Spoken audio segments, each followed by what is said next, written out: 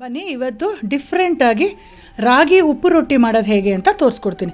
ಯೂಶಲಾಗಿ ರಾಗಿ ಹಿಟ್ಟಿಂದ ರೊಟ್ಟಿ ತಟ್ಕೊಳ್ತಾ ಇರ್ತೀರಲ್ವ, ತವ ಮೇಲೆ ತಟ್ಟೋದು ಅದು ರೆಗ್ಯುಲರಾಗಿ ಇದ್ದೇ ಇರುತ್ತೆ.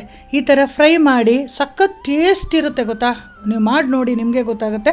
ಅದಕ್ಕೆ ಸೂಪರಾದ ಫ್ರೆಶ್ಶಾಗಿ ತುರಿದಂಥ ತೆಂಗಿನಕಾಯಿ ತುರಿಯಿಂದ ಚಟ್ನಿ, ಏನೂ ಜಾಸ್ತಿ ಇಂಗ್ರೀಡಿಯೆಂಟ್ಸ್ ಹಾಕ್ಕೋಬಾರ್ದು, ಆ ಥರ ಚಟ್ನಿ ಮಾಡ್ಕೊಳ್ಳಿ, ಸಖತ್ತಾಗಿರುತ್ತೆ. ಬನ್ನಿ ಮಾಡೋದು ಹೇಗೆ ಅಂತ ತೋರಿಸ್ಕೊಡ್ತೀನಿ. ಉಪ್ಪು ರೊಟ್ಟಿಗೆ ಹಾಕೋಕ್ಕೆ ಮಸಾಲ ರುಬ್ಕೋಬೇಕು. ಫಸ್ಟು ಡ್ರೈ ಆಗಿ ಒಂದು ಮಿಕ್ಸಿ ಜಾರಲ್ಲಿ ಜೀರಿಗೆ 1 ಸ್ಪೂನು, ಮೆಣಸು 1 ಸ್ಪೂನು, ಹಸಿಮೆಣಸಿನ್ಕಾಯಿ 1-2, ಒಣಮೆಣಸಿನ್ಕಾಯಿ 1-2, ಕರ್ಬೇವಿನ ಸೊಪ್ಪು 1-2 ಸಾಂಬಾರು ಈರುಳ್ಳಿ, ಸ್ವಲ್ಪ ತೆಂಗಿನಕಾಯಿ ತುರಿ, ಇಷ್ಟನ್ನೂ ತರ್ತರಿಯಾಗಿ ರುಬ್ಕೋಬೇಕು. ನೀರು ಹಾಕ್ಕೊಳ್ದೇ ರುಬ್ಕೋಬೇಕು. ಆಮೇಲೆ ರಾಗಿ ಹಿಟ್ಟು ನಿಮ್ಗೆ ಎಷ್ಟು ಬೇಕೋ ಅಷ್ಟು ಸೇರಿಸ್ಕೊಳ್ಳಿ. ನಾನಿಲ್ಲಿ 1 ಕಪ್ಪಷ್ಟು ರಾಗಿ ಹಿಟ್ಟು ತೊಗೊಂಡಿದ್ದೀನಿ. ಅದಕ್ಕೆ 2 ಟೇಬಲ್ ಸ್ಪೂನಷ್ಟು ಅಕ್ಕಿ ಹಿಟ್ಟು ಸೇರಿಸ್ಕೊಳ್ತಾ ಇದ್ದೀನಿ. ಬರೀ ರಾಗಿ ಹಿಟ್ಟಲ್ಲಿ ಮಾಡಿದ್ರೆ ಚೆನ್ನಾಗಿ ಬರಲ್ಲ, ಸೊ ಹಾಗಾಗಿ ಅಕ್ಕಿ ಹಿಟ್ಟು ಸೇರಿಸ್ಕೋಬೇಕು.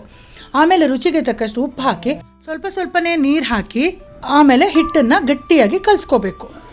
ಈ ರೊಟ್ಟಿ ಹಿಟ್ಟು ಕಲಿಸ್ತೀರಲ್ಲ, ಸೇಮ್ ಹಾಗೆ ಕಲಿಸ್ಕೊಂಡ್ರೆ ಸಾಕು. ಇದನ್ನೇ ನೆನೆಯೋದೆಲ್ಲ ಏನು ಬೇಡ. ಹಿಟ್ಟು ಕಲಿಸೋಷ್ಟೊತ್ತಲ್ಲಿ ಎಣ್ಣೆನ ಕಾಯ್ಲಿಕ್ಕೆ ಇಟ್ಬಿಡಿ. ಎಣ್ಣೆ ಕಾಯೋಷ್ಟೊತ್ತಲ್ಲಿ ಚಟ್ನಿ ರೆಡಿ ಮಾಡ್ಕೊಳ್ಳೋಣ.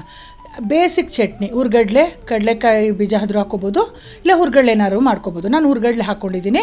ಹಸಿಮೆಣಸಿನ್ಕಾಯಿ, ತೆಂಗಿನಕಾಯಿ ತುರಿ, ಸ್ವಲ್ಪ ಕರ್ಬೇವಿನ ಸೊಪ್ಪು, ರುಚಿಗೆ ತಕ್ಕಷ್ಟು ಉಪ್ಪು, ಸ್ವಲ್ಪ ನೀರು ಹಾಕಿ ತರ್ತರಿಯಾಗಿ ರುಬ್ಕೋಬೇಕು ಚಟ್ನಿ. ಇದಕ್ಕೆ ತುಂಬ ಚೆನ್ನಾಗಿರುತ್ತೆ. ಈಗ ನೋಡಿ, ಆ ಪಾಮ್ ಅಂದರೆ ಹಸ್ತ ಮೇಲೆ ಸ್ವಲ್ಪ ಒದ್ದೆ ಮಾಡಿಕೊಂಡು ಎಷ್ಟು ಅಗಲ ಆಗುತ್ತೋ ಅಷ್ಟು ಅಗಲ ತಟ್ಬಿಟ್ಟು ಪೂರಿ ಕರೆದಂಗೆ ಕರಿಯೋದು.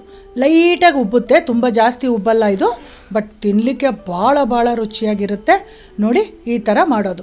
ಅದನ್ನು ಕೈಲಿ ತಟ್ಕೊಂಡು ಒದ್ದೆ ಮಾಡ್ಕೊಂಡು ತಟ್ಟಿದ್ರೆ ಈಸಿಯಾಗಿ ಕೈಯಿಂದ ಬಿಡಿಸ್ಕೋಬೋದು. ಚಿಕ್ಕದಾಗೆ ಮಾಡ್ಕೋಬೇಕು ಇದನ್ನು, ತುಂಬ ದೊಡ್ಡದಾಗಿ ಮಾಡೋಕ್ಕಾಗಲ್ಲ. ನಮ್ಮ ಹಸ್ತ ಎಷ್ಟಿರುತ್ತೋ ಅಷ್ಟು ಅಗಲಕ್ಕೆ ಬರುತ್ತೆ. ನೋಡಿ ಈ ಥರ ಮಾಡಿ, ಡಿಫ್ರೆಂಟಾಗಿರುತ್ತೆ. ಭಾಳ ಇಷ್ಟಪಡ್ತಾರೆ ಎಲ್ಲರೂ.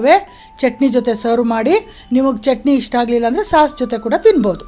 ತುಂಬ ಒಂಥರ ಸಾಫ್ಟು ಇಲ್ಲ ಕ್ರಿಸ್ಪಿನೂ ಅಲ್ಲ, ಮೀಡಿಯಮ್ ಆಗಿ ತುಂಬ ಚೆನ್ನಾಗಿರುತ್ತೆ. ಓಕೆ ಫ್ರೆಂಡ್ಸ್, ಟ್ರೈ ಮಾಡಿಬಿಟ್ಟು ಹೇಗೆ ಬಂತು ಅಂತ ನನಗೆ ವೀಣಾ ಲಕ್ಷ್ಮೀ ನಾರಾಯಣ್ ಪೇಜಲ್ಲಿ, ಫೇಸ್ಬುಕ್ಕಲ್ಲಾದರೂ ಸರಿ, ಇನ್ಸ್ಟಾಗ್ರಾಮಲ್ಲಾದರೂ ಸರಿ ಕಮೆಂಟ್ಸಲ್ಲಿ ಹೇಳಿ. ಮತ್ತೆ ಬೇರೆ ವಿಡಿಯೋದಲ್ಲಿ ಸಿಗ್ತೀನಿ. ಅಂಟಿಲ್ ದೆನ್ ಟೇಕ್ ಕೇರ್, ಬಾಯ್.